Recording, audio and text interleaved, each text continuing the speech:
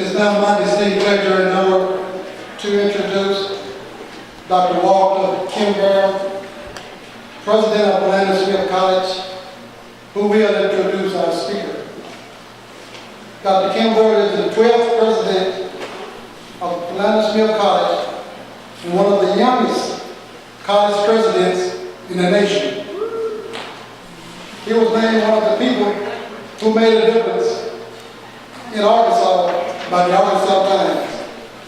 One of 25 influential African Americans in Arkansas by Power Play magazine. And one of 25 to watch by diverse issue in higher education. Ladies and gentlemen, please stand to your feet and help me welcome Dr. Walter M. Kimbrough.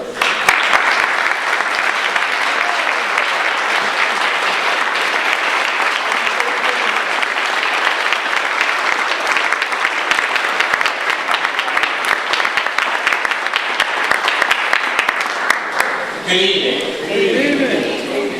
In August of 2007, Philander Smith College launched our Social Justice Initiative.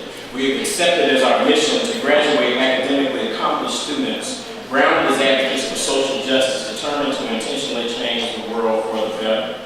As I often state, we want to produce men and women who are truly committed to bettering their communities and will play a meaningful role in making change. This is about creating a level of consciousness that makes our graduates uncomfortable if they don't address the myriad of injustices we see on a daily basis.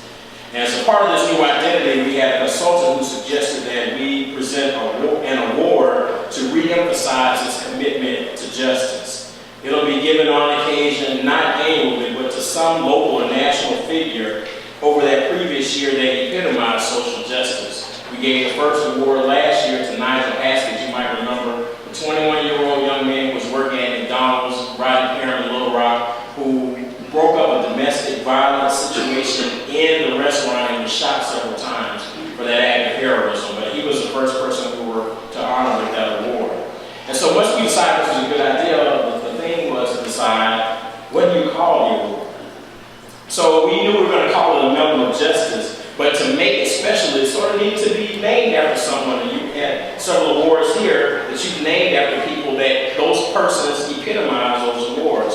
So we needed to do the same thing. And I knew that we wanted to make sure we honor an alumnus. And of course, there are a lot of candidates that could have been selected.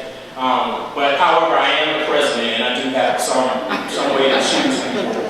And so I chose someone I've known my entire adult life, someone I met when I was 19 years old. But this person was truly worthy. He was the first recipient of the college's Distinguished Alumni Award. He was past president of the National Alumni Association and a past member of the Board of Trustees. The Encyclopedia of Arkansas History and Culture describes him this way: one of the most important Arkansas political activists at the height of the civil rights struggle during the 1950s and 1960s, Ozell Sutton was a key player in many of the movement's most critical moments, both in the state and throughout the South. He was present at such watershed events as the 1957 Central High School desegregation crisis and the 1965 March at Selma, Alabama. In April 1968, Sutton was with Dr. Martin Luther King Jr. when King was murdered on the balcony of the Lorraine Motel in Memphis. He was also a trailblazer in Arkansas race relations, becoming the first black newspaper reporter to work for a white-owned newspaper when he went to work in 1950 as a staff member for the Arkansas Democrat. As I said, he's someone I've known since I was 19 years old. I was a student at the University of Georgia. And at that time, I joined Alpha Phi Alpha fraternity. I'm pleased that Phi Alpha is winning an award. It doesn't say in the Bible, it's the first Latino fraternal organization. It wouldn't be until 1975 that you would see any additional Latino fraternal organizations. Lambda Theta Alpha, Lambda Theta Phi, I'm just showing off y'all. That's part of my expertise, my research. So I had to show it off. But so, if you remember about Phi Alpha and you know Ozell Sutton, first of all, he was one of our past general presidents over the entire national fraternity. And everybody who heard him speak heard him talk about two things.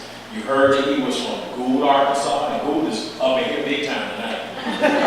So you knew he was from Gould, Arkansas. And secondly, you knew about Philander Smith College, a place that he called his alma mater, not his alma mater, his alma mater. And so I was excited when I became the president of Philander Smith College and was able to receive a letter from him congratulating me for this post. So when I was asked to be here tonight, there was no way I could say no to someone who has been very influential in my life, someone that the college recognizes as someone who is a living civil rights legend. So ladies and gentlemen, you were asked to stand for me, but I'm nobody compared to the person that you need to stand for. So if you will please stand and help me bring the stage Dr. Ursula Slay.